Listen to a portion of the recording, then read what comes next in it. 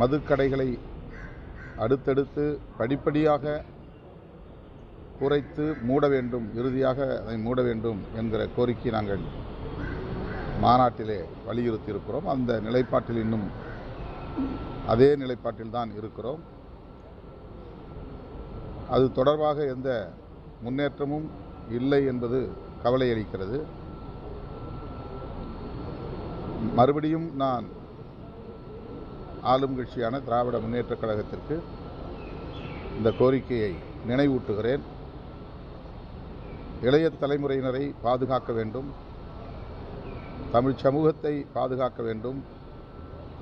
எனவே மது மற்றும் போதைப்பொருள் புழக்கத்தை கட்டுப்படுத்துவதற்கும் முற்றாக ஒழிப்பதற்கும் தீவிரமான நடவடிக்கைகளை மேற்கொள்வதற்கு அரசு முன்வர வேண்டும். திமுகவும் தனது தேர்தல் அறிக்கையிலே இதை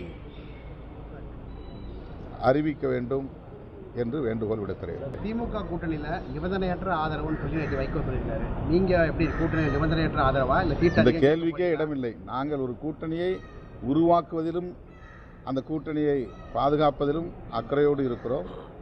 ஆகவே அந்த கூட்டணி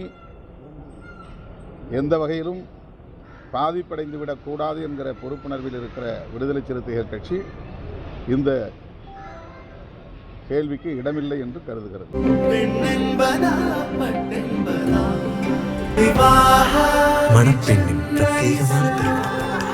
விவாஹா தி சென்னை சில்க்ஸ்.